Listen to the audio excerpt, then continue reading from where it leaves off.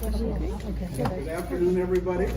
I'd like to introduce myself. I'm Ken Hoffman. I'm the owner of the gallery. I want to welcome you. This is great that you're all here to hear this terrific presentation.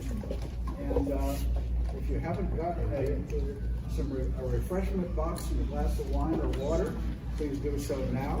And with that, I'd like to turn it over to Martin. Weren't you going to ask if people objected to a mask? I don't know, do you want the speakers to be without masks? Your choice. Yes. Can you hear us? Yes. Without that. Better without masks. Better without masks. Yes. We take our masks off.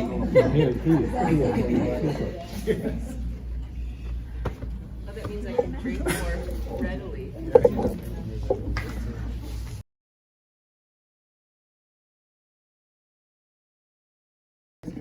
Good thing he's not here, it's okay. Yeah, well, But now it's on the YouTube. yeah, Scott Nichols Gallery, and then when the executive directorship of Center for Photography, Center for Photographic Arts in Carmel came up, she put her hat in the ring, and I think everybody else at that point just pulled their hats out because what would have been the point.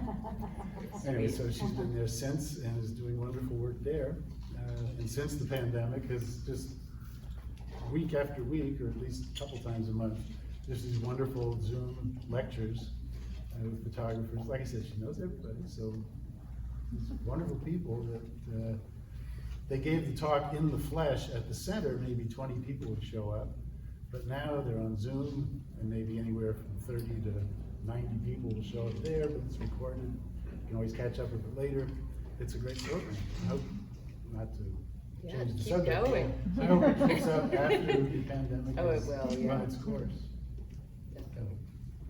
Well, that was a good introduction, Oh, thanks. thanks. Your turn. Yeah, oh, thanks. So I actually knew of Mark before I ever met him, and because this is something Mark didn't mention, is that I'm also a kind of a dorky darkroom printer, like Mark.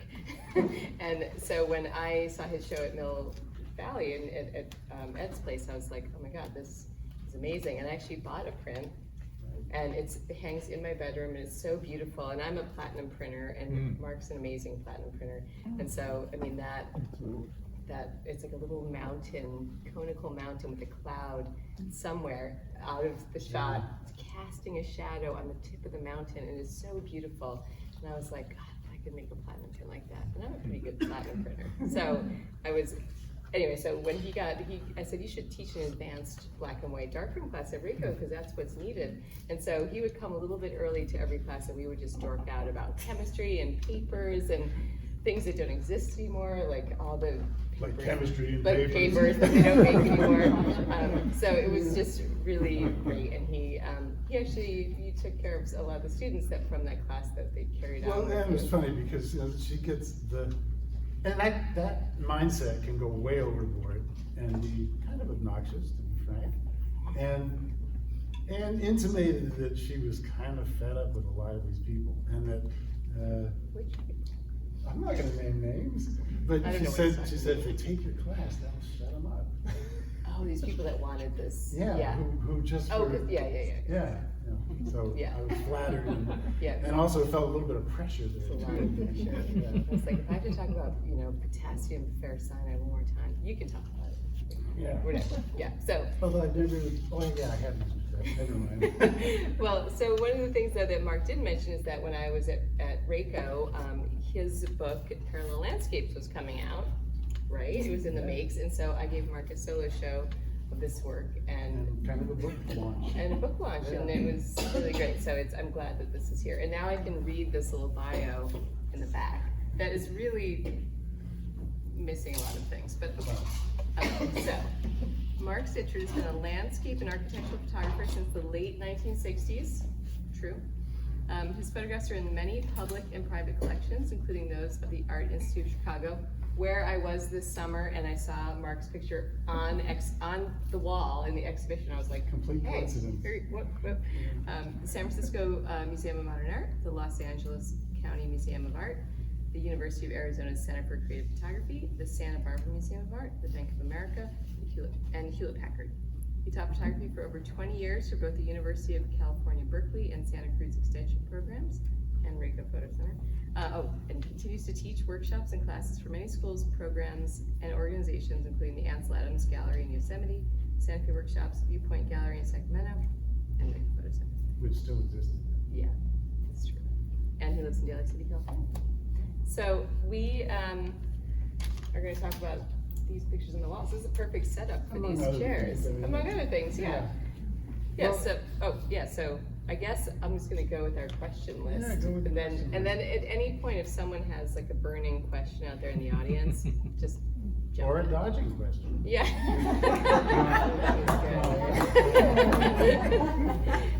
So how did you get started in photography? Well, how I got started in photography was my dad was an amateur photographer, and he had a darkroom in the basement, and he thought darkroom printing was the most boring, painstaking, tedious work, and he loved having company in there, so he would work the enlarger and I'd put it through the trays, and I'd see it come up, the print come up in the deck top, and it was like a revelation. I mean, it was just magical to me. I absolutely loved it.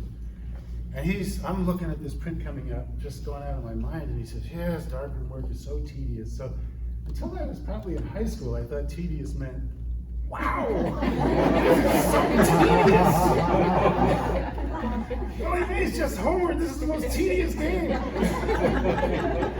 And it took me a while to learn that's not what it meant. But then and I had a camera that he'd ordered for me from some Hong Kong discount place.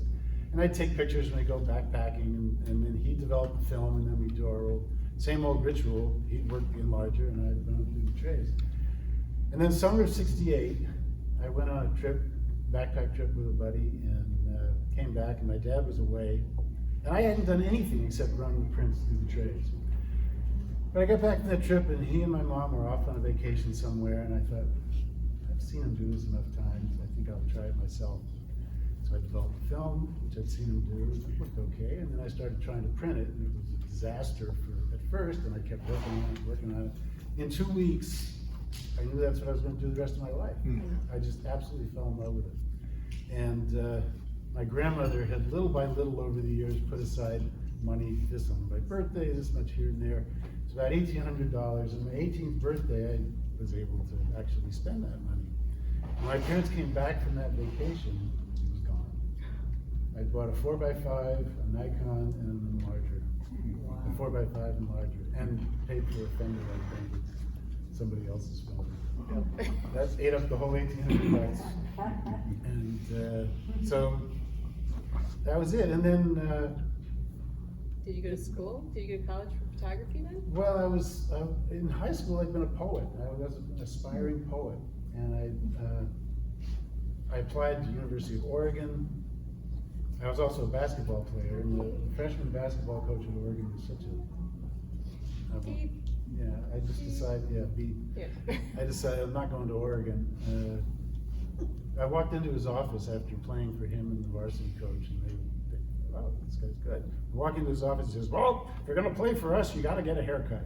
And I just thought, well, I probably would have anyway, but that's a fine howdy do. So I just went to Bandon and slept on the beach for a week, and hang around Oregon. So San Francisco State was probably where I was gonna go anyway, because of their creative writing program. But the summer between high school and college, that all changed. But so happened that San Francisco State also had a photography department. What also happened my freshman year at San Francisco State, when I'd already shifted camps from poetry to photography. It was on the tail end of a tragedy. A family friend was killed in a car crash, and we had after the memorial gathering at my parents' house. At the end of it, my mom and dad were sitting talking with some friends, mutual friends of the deceased, and they were telling him that I'd gotten really involved in photography, and apparently the wife in this couple did know Ann Adams, Ansel Adams' daughter, and said, oh, he teaches a workshop in Yosemite every summer, you ought to sign up. I'm a beginner, what work with Ansel Adams. She said, I don't think that really matters. Anyway, long story short, I went in '69 and as a student, and then the next 4 years as his assistant. And at the same time, taking classes at San Francisco State, which was really just getting a degree toward what I'd be doing anyway. You had Don Worth as your teacher? Don Worth, Jack Wellpot, and That's a good. we clashed a bit. I was kind of bullheaded, as were they. They felt like they had the right to be, they were the teachers. But interestingly enough, when this book, my first book, came out along the way, both of them contacted me. And Jack Wellpot was always the more articulate of the two, verbally articulate. Visually, both were quite articulate. But Jack said, good for you for sticking to your guns. You knew what you wanted to do, and congratulations. Oh, that was very nice. And Don said the same thing too, but less articulately. And so anyway, that was really nice.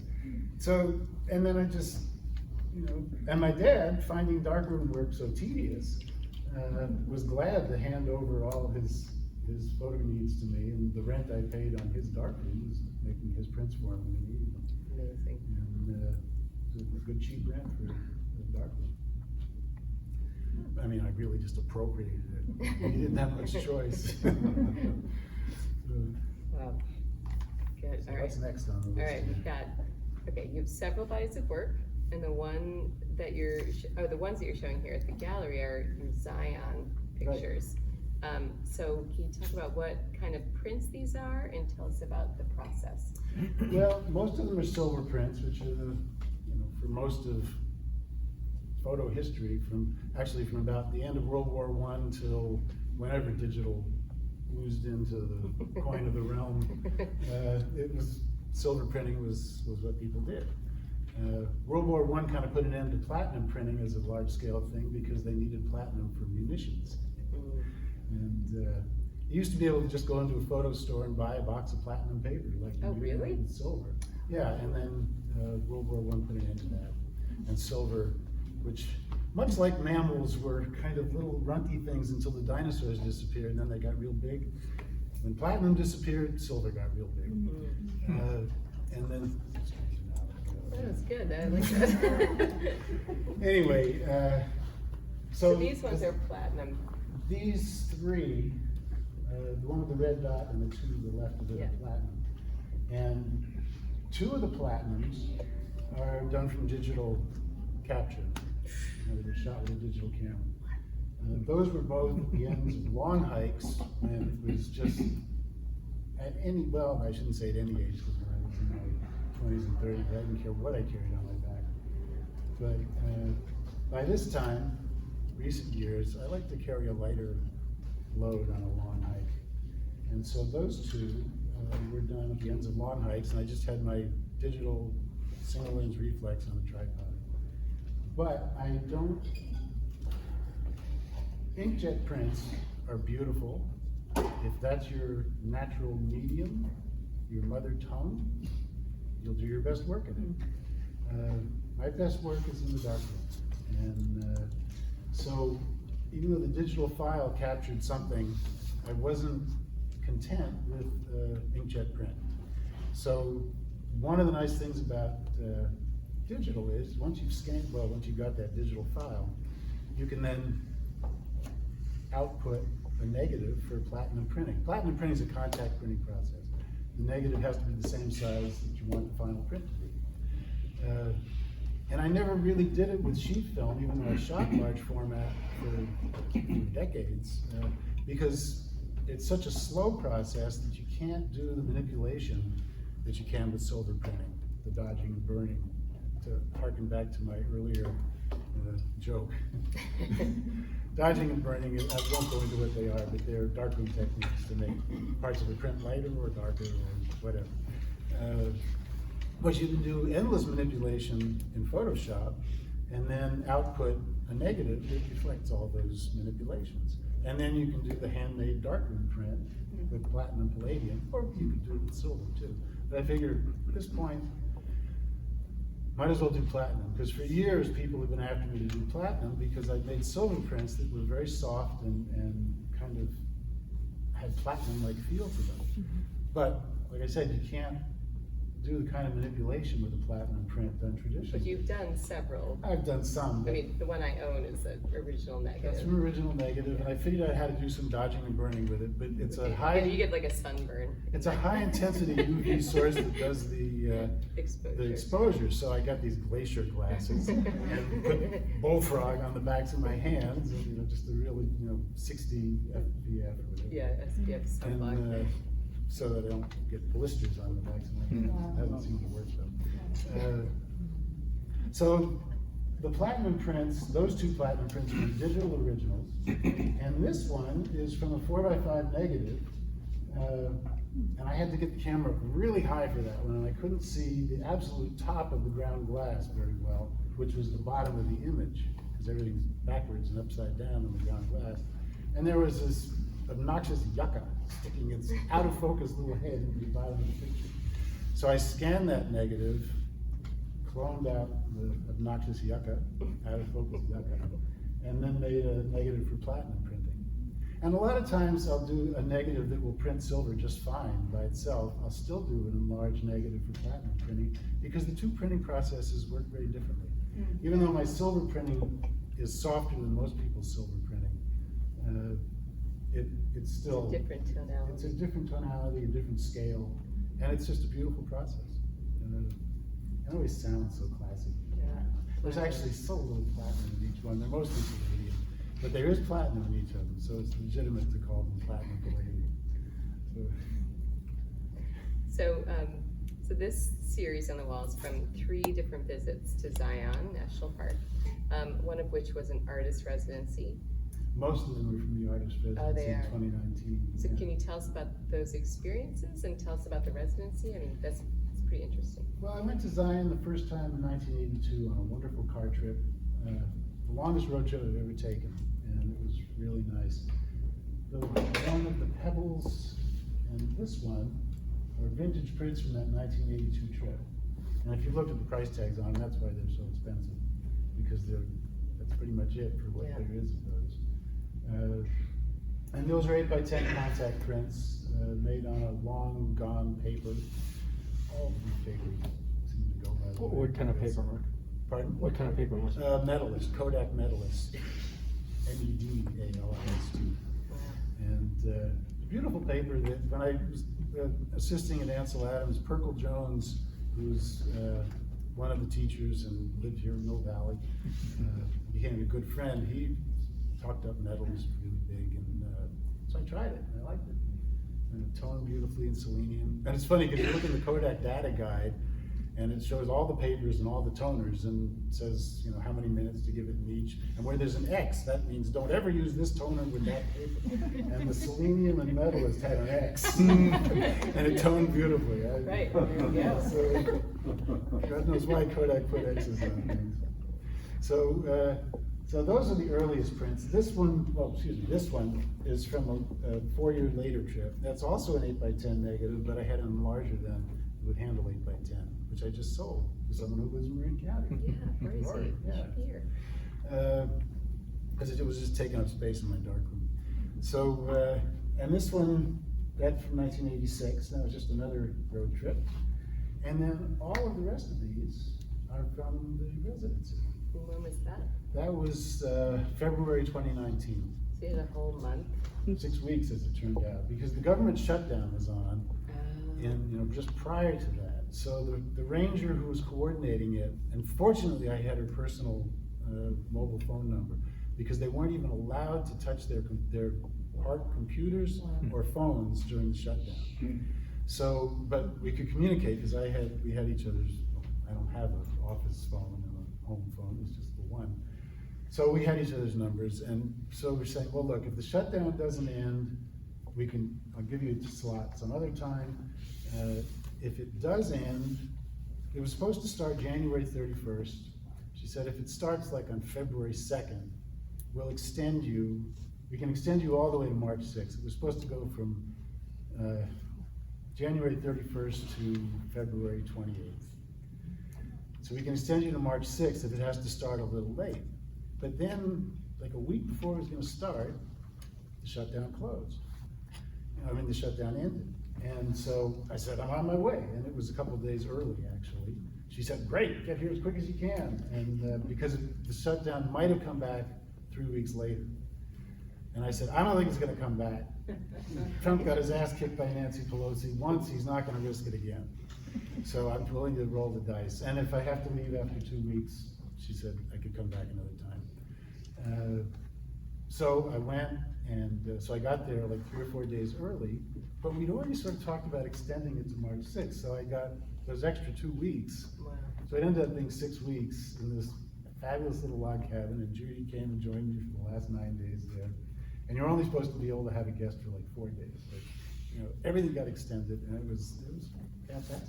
The times I'd been in Zion, I wished I could always stay longer, but there was always, it wasn't even time constraints, it's just that a room with a lodge was too expensive for more than 1 or 2 nights. So I'd be in and out. And sometimes I'd camp for a night or two, but when I like going in the winter, the campgrounds are closed, so it's either the lodge or nothing, or in Springdale, which is like Dollywood or something, which is Dolly Parton's thing outside of somewhere in Tennessee. Yeah, it's this big, it's become a very commercial sort of place.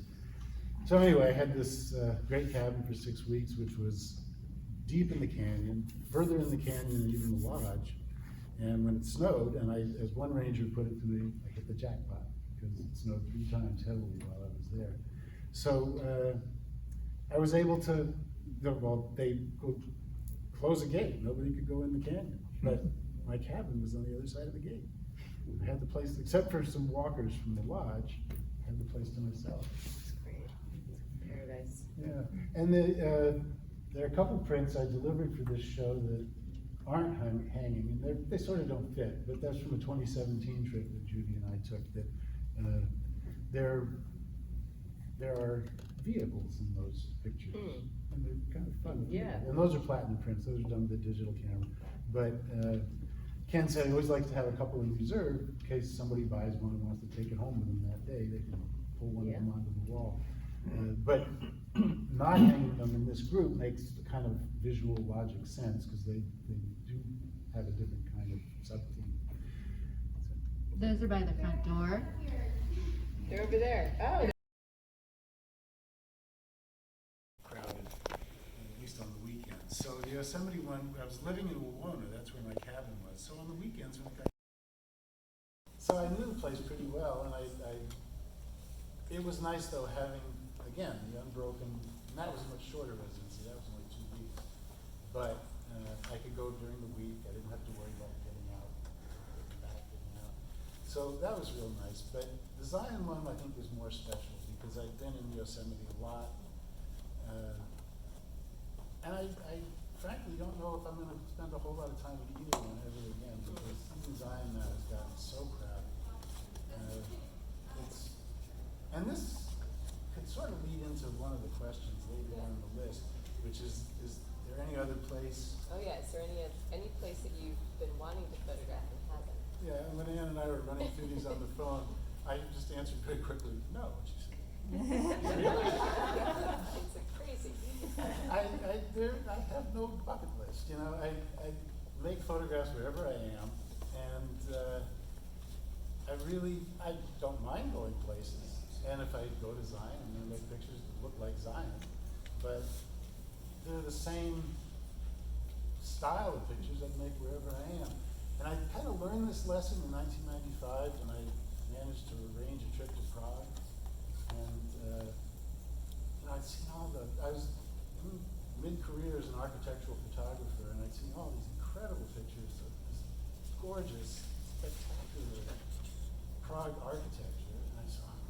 Photograph that building with the violin thing, and I'm going to photograph the St. Vitus Cathedral, just like, see that kid? Anyway, so I get there, and there's just all these gorgeous buildings, and I just realized, so what? They're beautiful to look at, but I don't want to photograph them. I don't know why, but it's not what I'm moving to photograph. So I ended up finding a way to get into it wasn't probably getting into the Olszanska Alaska Cemetery. Our edition, 1.5, 3-year art schools, and the ones for me, anybody makes an offer, I can't tell. But that's sort of predicated on the notion that the other 5 got, which hasn't happened yet. So there are editions of 5, or maybe a couple more if I'm at the end of a batch of paper. You can't expect the next emulsion batch to be exactly the same as the previous one. So if well, okay, this one's going to be I'm going to do 14 of these, but there's 14 sheets left. If I do my 8, that only leaves 6. It's not enough to do another. So this one's going to have 14. But they'll be numbered 1 through 11. There's 3 of them are still going to be art schools. Which leads me to one of these questions, which is, what do you like better, shooting or printing? Or is it like shooting? I like printing, shooting better because that's just a meditation. It's just wonderful. I just walk around. Introduction to along the way, I talked about putting my eyes in autopilot. I think that's the term. But it's just zoning out completely. And years later, when I took yoga classes, and the instructor would walk us through meditation, he'd lying there thinking, you're not supposed to do it in a meditation, but he'd lying there thinking, that's what I do when I'm doing that. Empty my mind and just let my thoughts, although it's not my thoughts, it's my eyes, settle where they will. And then my photographic craft is adequate, so I don't really have to think a lot about it. I take a reading, I just do everything, make the exposure, and I go back to floating around. And so, Oh, can't answer the question. oh, Mark, who were your heroes early in your career, your photographic heroes? Who did you want to emulate? The earliest was Ansel Adams. I grew up in a Sierra Club family, and the Sierra Club Boltons had Ansel Adams pictures and stuff. And I studied with him for a year, and then assisted for 4 years after that. But I realized early on in working with him that there are other photographers whose work I really preferred. Ansel Adams is, in the best sense of the word, extroverted and bombastic in his work. And I realized, in fact, he was very liberal. He wasn't dogmatic about anything involved in his process. A lot of his so-called disciples were, but he wasn't. And he would show us work by Frederick Sommer. And how many of you are familiar with Frederick Sommer landscapes? These featureless landscapes, almost like fabric, just with a fine printing on it. Fabric printing. And it would be a hillside with cactus on it, or a rock face or something, and there's nothing to focus on. Having sort of grown up on Ansel Adams, when I saw these Frederick Sommers, my reaction was, I didn't know this was allowed. But not only was it allowed, it really spoke to me. And when that featureless landscape, that's not the hallmark of my work, but I was drawn to it. And I worked for 2 years on this book, and I still can't find it. Thanks.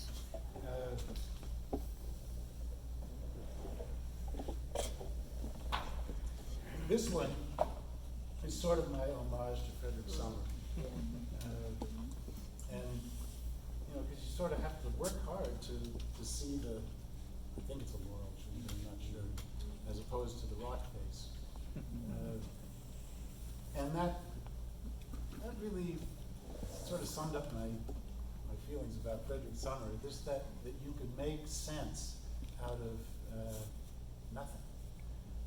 And that sort of started me on my whole road to not caring about the place.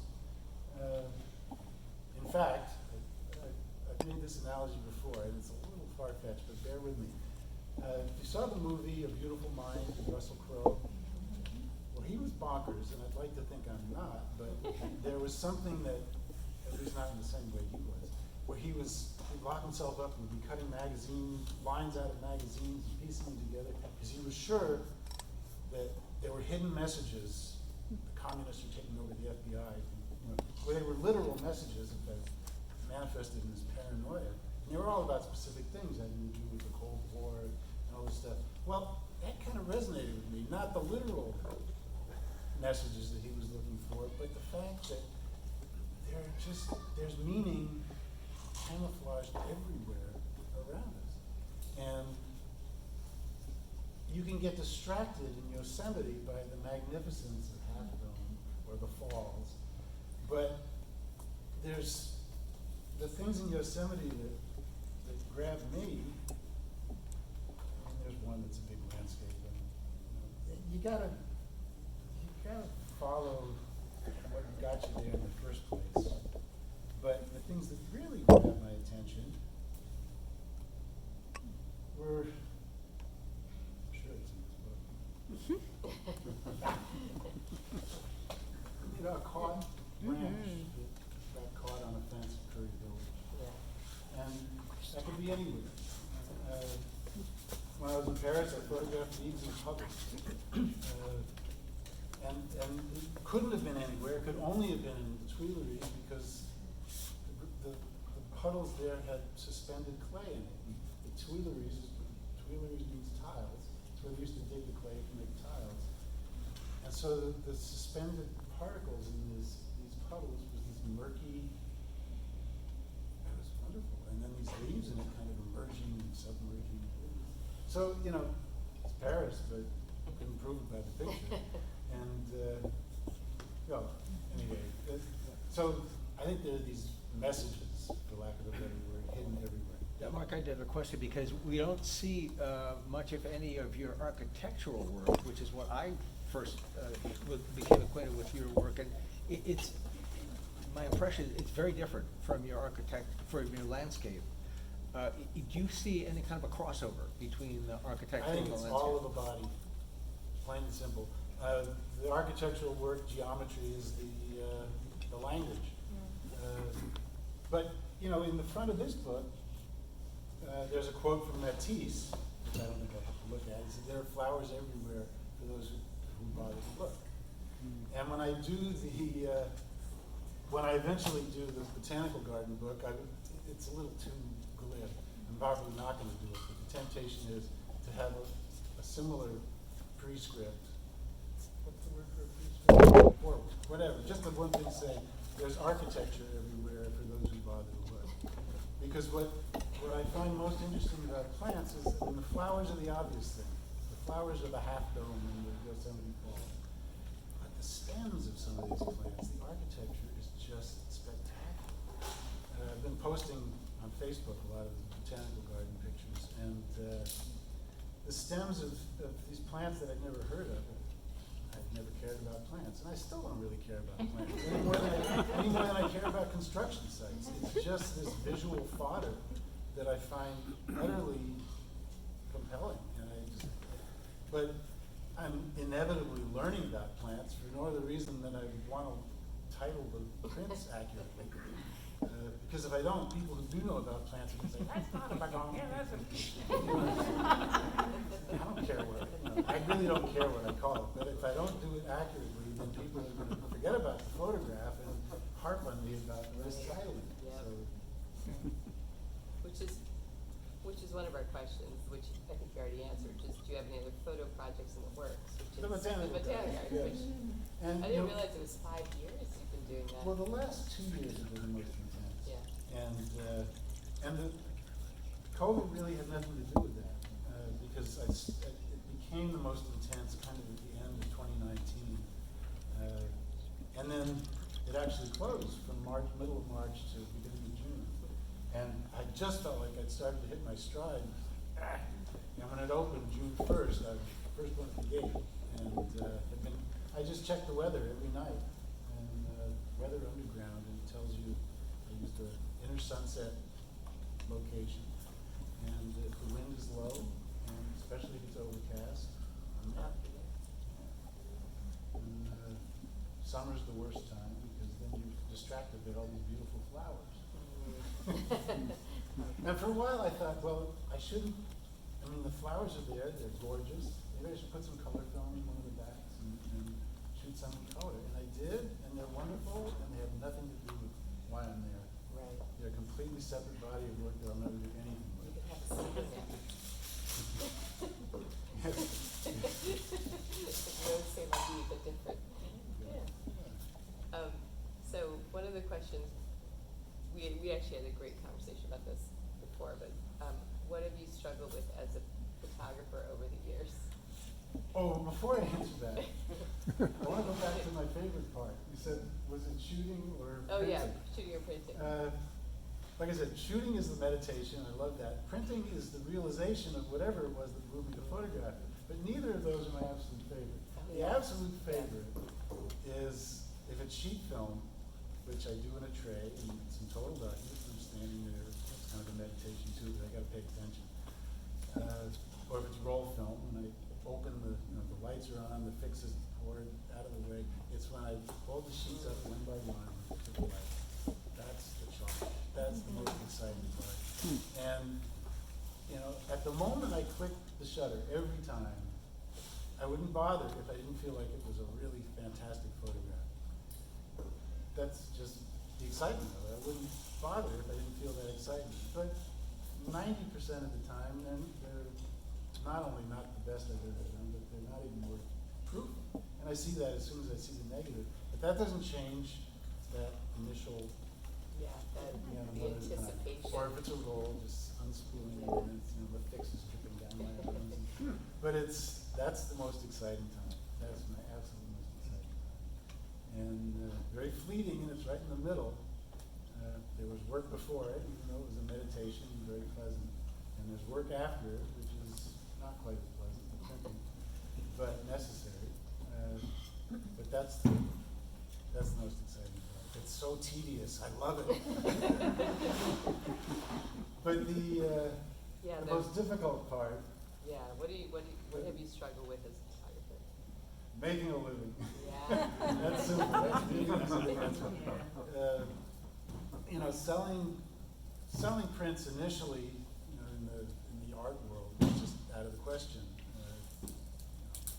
I was unknown and frankly not fully formed, for 20 years or so into it. And I'm glad I didn't have an early reputation, because I've seen people who do get early reputations and then have a hard time when they change. Of course, at the time I was not happy about it, but in retrospect, it seems like things proceeded well. When I started getting gallery representation, by that time I'd already been about 10 years into careers in commercial architectural photography. So I thought, what branch of commercial photography am I temperamentally suited for? Well, my mother was an architect, so I sort of grew up around the field, and just by osmosis, never really grilled her about it, but it was there. And whatever genes pushed her toward architecture, maybe me pushing me toward architectural photography. Impossible to say for sure, but anyway, she also knew some architects from the days when she was working in architectural firms. And I felt like I had an aptitude for architectural photography, and a couple of her old acquaintances who were in practice for themselves by this time. I approached them, and I said, I didn't have a portfolio to show, but I did a few shots. And I said, if you get me access to your buildings, I'll give you prints. Not even a cost, I'll just give them to you. And they liked what they saw, and then they hired me. And then I could build a portfolio, and then a little word of mouth. And I've never been much of a hustler, but the word of mouth worked. And the people who did like what I did kept calling me for repeated jobs. And so that was the bulk of my living. I was also teaching through UC Berkeley and UC Santa Cruz Extension, various workshop programs. You taught in Yosemite too, right? I didn't teach in Yosemite. Well, when I was assisting Adams, that was pretty much unpaid. It was a little honorarium. A print here and there, maybe? Well, not initially. Although in those days, the special edition prints in the gallery there were still signed by Ansel Adams, and they were $10 each. Should have bought 5 of each of them. And at one point, early in my days as a homeowner, when I couldn't make the mortgage payments, I sold some of those for $800 each. That's $10 to $800. Yeah, What's that in a pretty good. percentage? Yeah.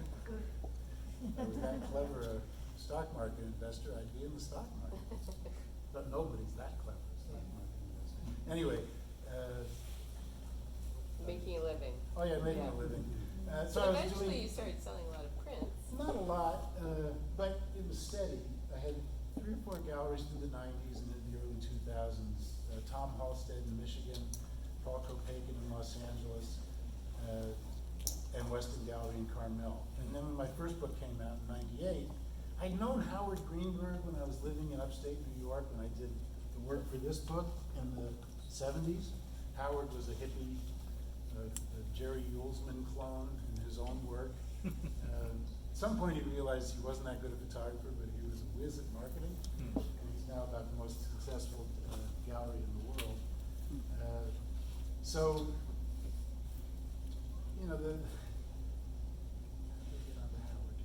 Dealers. oh yeah, dealers. So when this book came out, Howard saw it, and he said, I said, how about showing me? You know? And he said, oh, it's hard to show old friends because they all expect me to show them. And I said, well, here's the book, take it back, show it to your crew, see if they're interested. So they were. He said, we'll give you a show as a trial, and they sold a bunch, and I was in. I'm still there. But they don't sell anything of mine now, except when they need to hang one on the walls, they always sell. But my work is, you know, 1,200, 1,500, these vintage prints are in the 5,000 range. But Greenberg Gallery sells $100,000 Paul Strand prints every day. So they're not really motivated to show a $1,500 print, but whenever they do hang them, they sell. And I'd rather not sell in the Howard Greenberg Gallery than not sell in any other gallery. It's a very prestigious gallery. Yep. How do you go about getting your photographs published into books? Do you? You raise money and you do it yourself. Oh, okay, so you've done it on a self-published basis with an art photography Well, publisher? this one, I had a show at the Paul Kopeikin Gallery in Los Angeles, and I was down there visiting, and Paul handed me a card from the publisher, Custom and Limited Editions. The guy actually was in San Francisco, but he'd seen the show there, and he wanted to do a book of mine.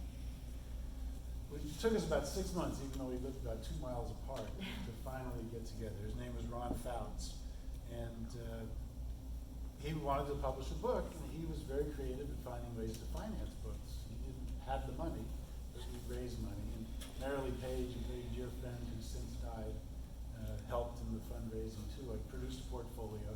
She had a network of collectors who she introduced me to, and they all helped, and they're mentioned in the book. They bought this portfolio I produced especially to raise money for it. This one I pretty much did out of pocket. This is Halcott Center in upstate New York, the Catskill Mountains.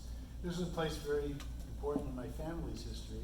Nobody in my family had ever lived there, except for me, for 2 years when I worked on this.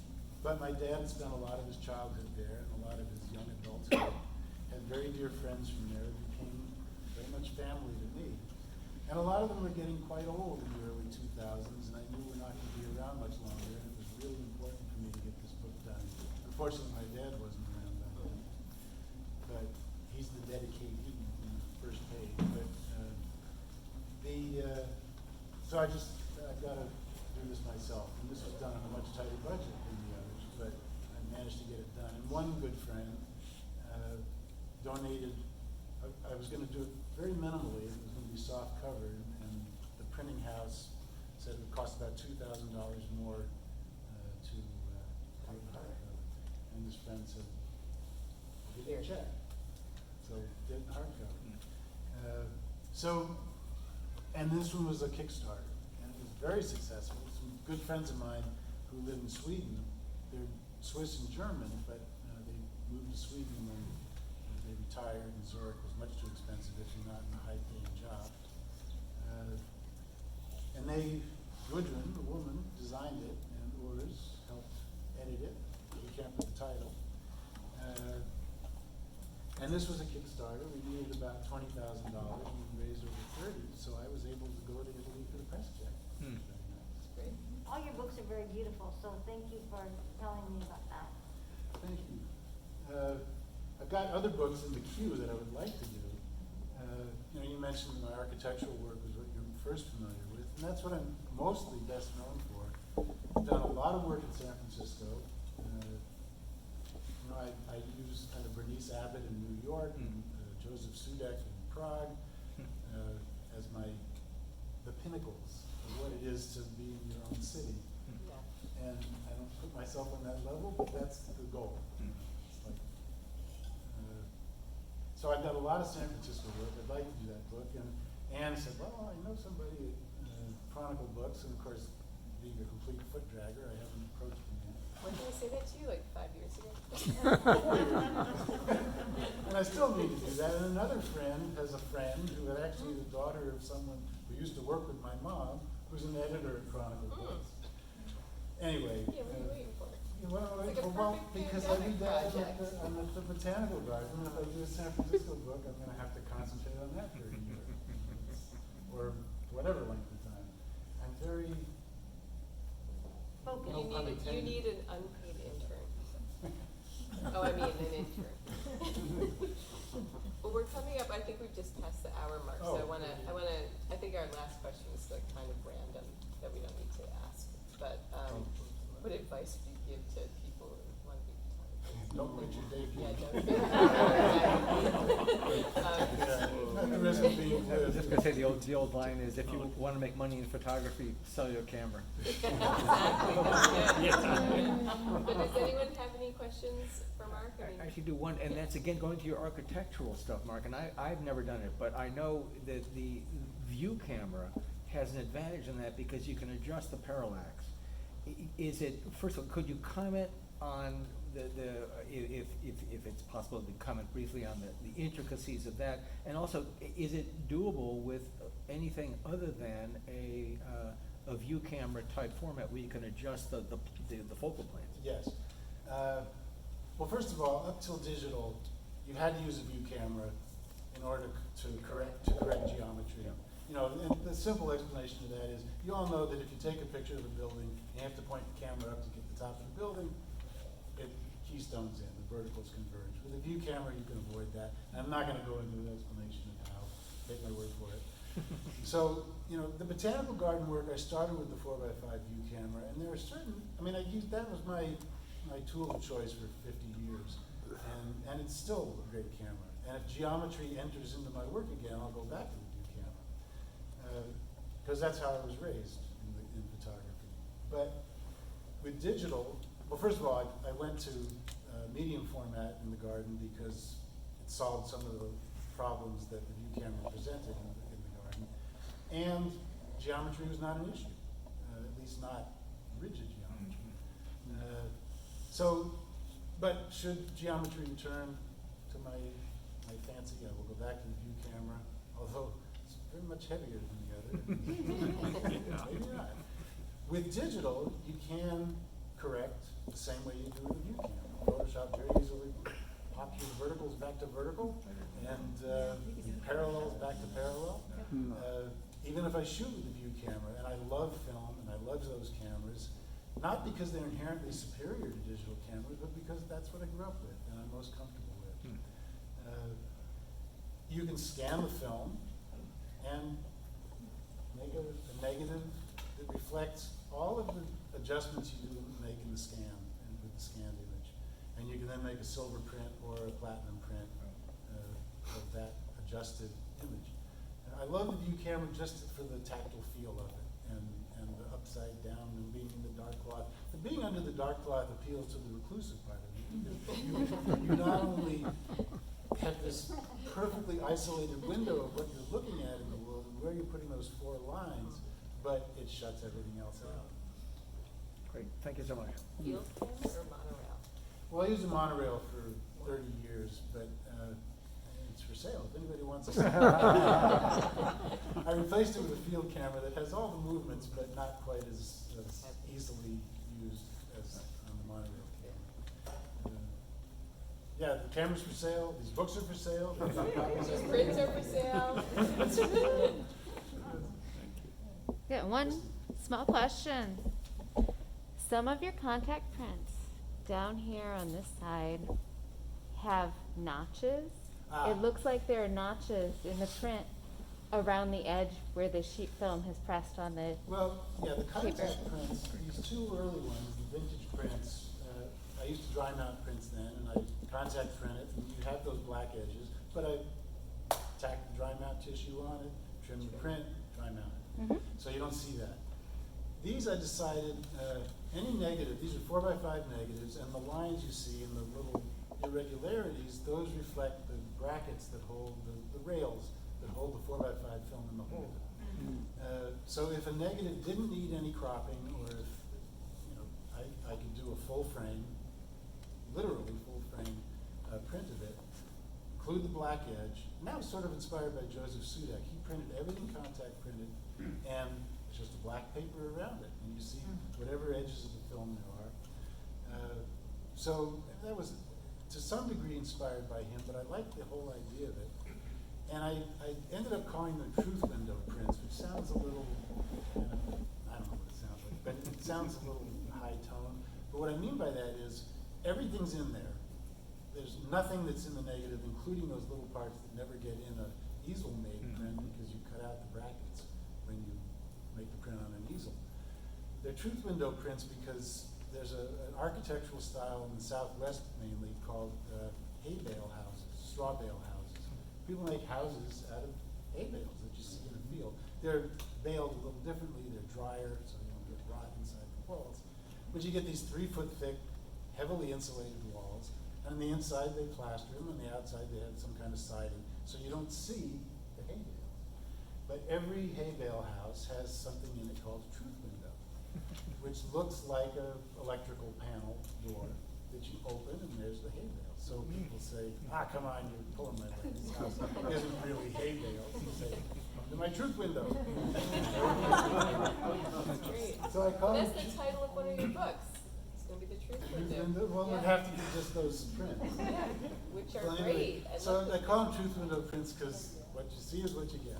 Yeah, and the little notches in the top then. Oh, the extra little That's notches. what I Oh. was really asking. That's Okay, the film sorry. type, right? Yeah, Yeah. no, that's, all of my film holders, I take a jeweler's file and file, the film holder in its little white space for putting notes on, it'll say 17 on one side and 17 prime on the other side.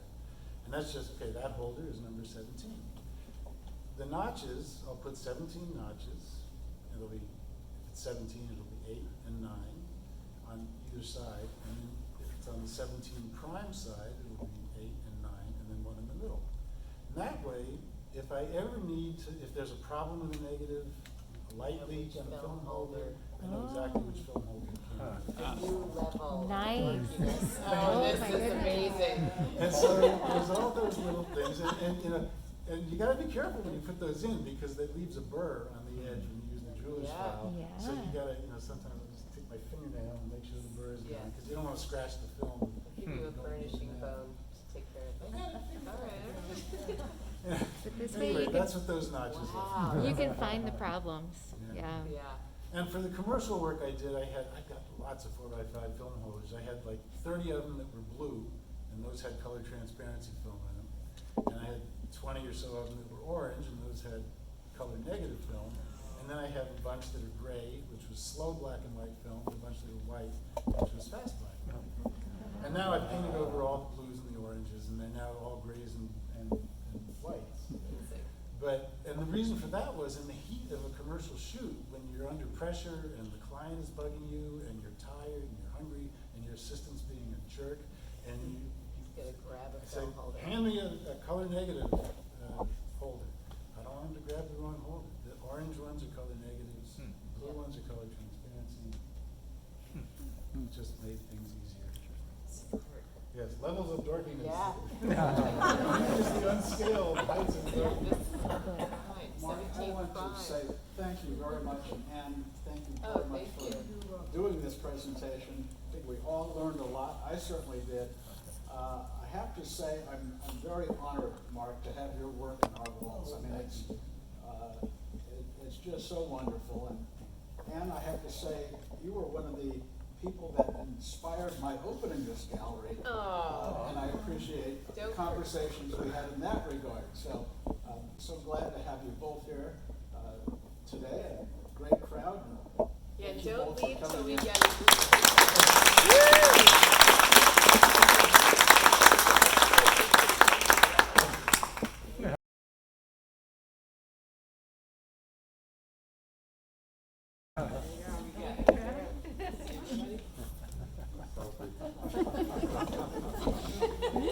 I have lots of like garden pictures posted on Facebook. Anne has a lot of pictures with her right arm. I used to shoot that way with my little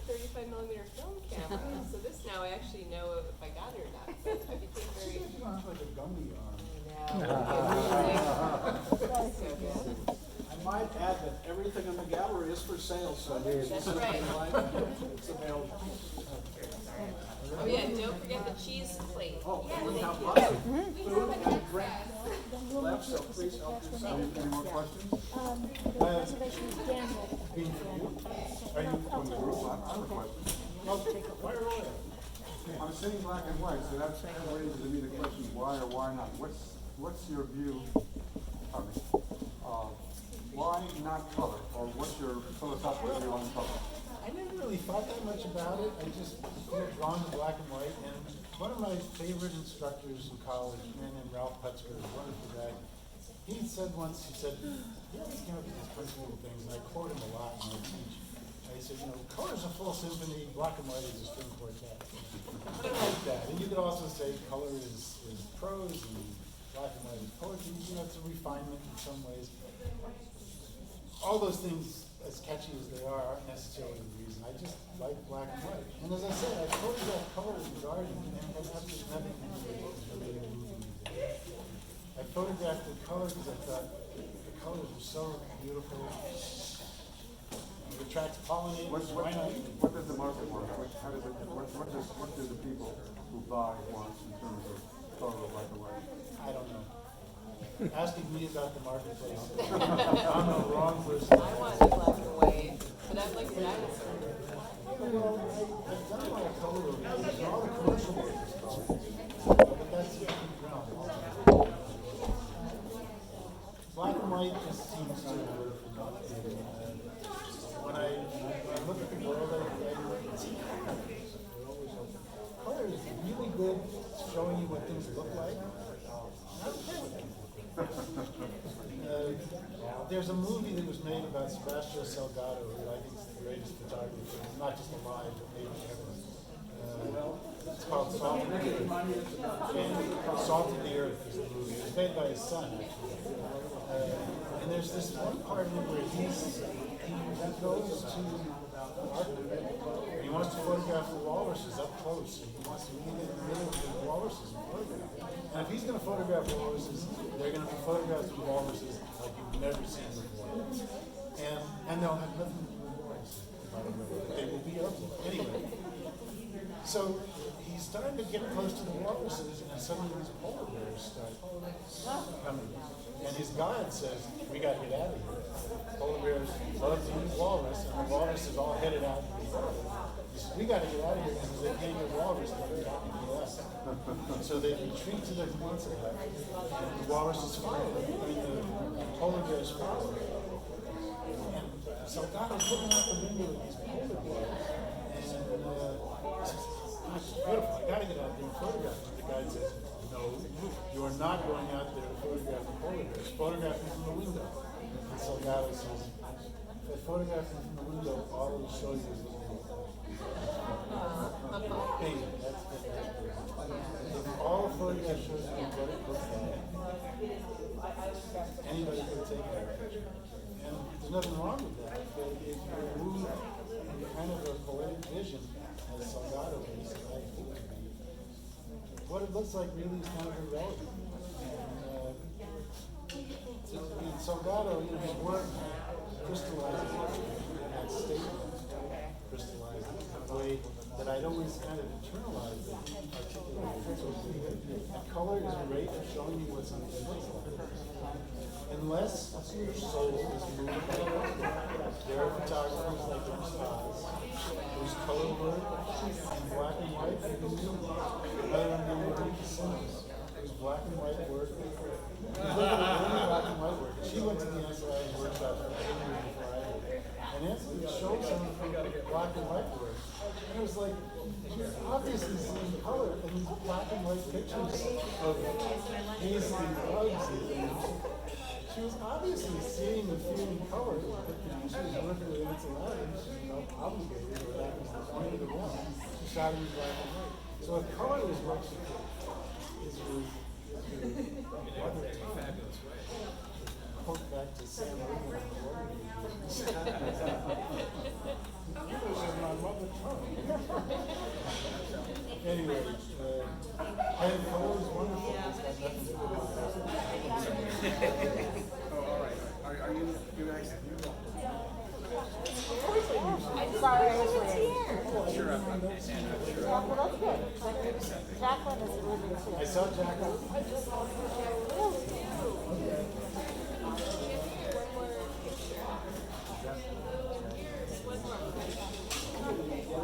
Ready?